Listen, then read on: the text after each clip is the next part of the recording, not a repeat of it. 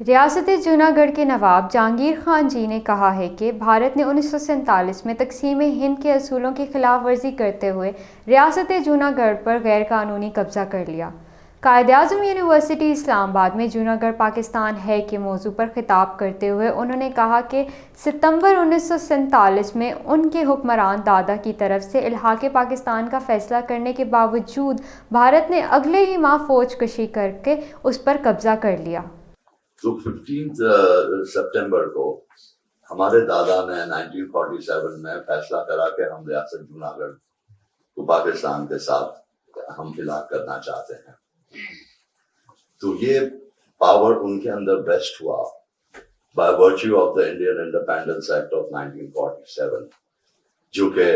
برطانیہ کی اپنی بنائی ہوئی قانون تھے اور ان کے اپنے انڈورس کرے ہوئے تھے، یہ ریٹیفائی ہوئے ہوئے تھے تھرو اپنے ان کی پوری by the crown of England. تو 15 سپٹمبر 1947 کو taking in confidence the Junagadh State Council, which was well represented by the Hindu community and the Muslim community. تو اس کا وہ ایک وزن تھا اسٹیٹ کاؤنسل کا، تو ہمارے دادا نے اعلان کرا۔ 9 نومبر کو ہندوستان نے کیا شرارت کری کہ against the norms and principles of all international law، اس نے جوناگڑھ کے اوپر فوج کشی کری۔ انہوں نے جونا گڑھ پر بھارتی تسلط کے جواز کہ یہ ریاست ہندو اکثریتی تھی پر سوال کرتے ہوئے کہا، کوئی سوچ بھی نہیں سکتا تھا کہ اس طرح کی حرکت کرے گا، بیکاز ہندوستان کے اندر ایسی کئی ریاستیں تھیں جس کا راجا مہاراجا جو تھا تو وہ ہندو، وہ راجپوت اور اکثریت مسلمانوں کی تھی۔ تو یہ ہندوستان کہنے لگا کہ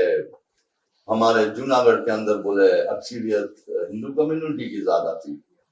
تو اس وجہ سے ہم نے آ کے اس کو ٹیک اوور کر لیا۔ تو اگر جو یہ کرائٹیریا تھا تو پھر اس کا مطلب وہ بھی کھاتے سارے کھولے جائیں، جو کتنی ریاستیں تھیں جس میں اکثریت مسلمانوں کی تھی اور ان کا راجا مہاراجا جو تھا وہ ہندو راجپوت تھا یا کچھ سکھ تھا یا کچھ اور۔ ریاست جونا گڑھ کی قدرتی وسائل، جغرافیائی محل وقوع اور دیگر نوعیت کی اہمیت کے بارے میں انہوں نے کہا، 562 ریاستیں تھیں تقسیم ہند سے پہلے، تو وہاں جوناگڑھ مسلمانوں میں دوسرے نمبر پر سب سے امیر ترین ریاست تھی ان ٹرمز آف ریونیوز، اور جو پورا پرنسلی آرڈر تھا اس کے اندر 6 نمبر پر سب سے امیر ترین ریاست تھی۔ ایسی بہت کم ریاستیں تھیں آپ دیکھیں ہندوستان میں جن کو اللہ تعالیٰ نے ہر چیز عطا کری ہو۔ بڑی کم ریاستیں تھیں جن کے پاس بندرگاہیں تھیں۔ تو ماشاءاللہ ہمارا تو 100 مائلز آف کوسٹ لائن تھا، کراچی سے اگر جو جائیں تو تقریباً 300 مائلز کے اوپر پڑا ہوا ہے۔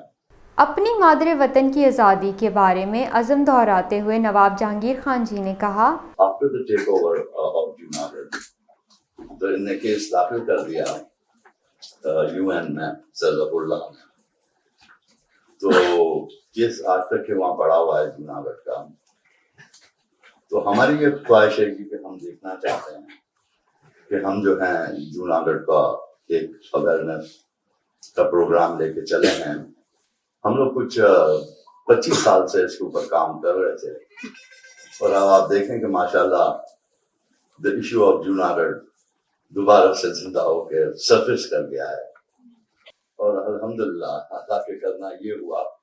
کہ اب وہ جوناگڑھ کا نقشہ پاکستان کے نقشے کے ساتھ دوبارہ سے آ گیا۔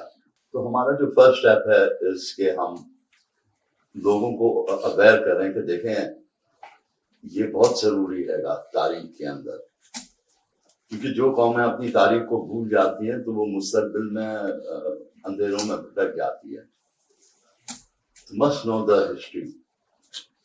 اور یہ تو پاکستان کی سرحدیں ہیں، آپ کے ملک کی سرحدیں ہیں، آپ کو پتا ہونا چاہیے کہ آپ کے کلیمز کہاں کہاں ہیں, آپ کی ٹیریٹریز کہاں کہاں ہیں,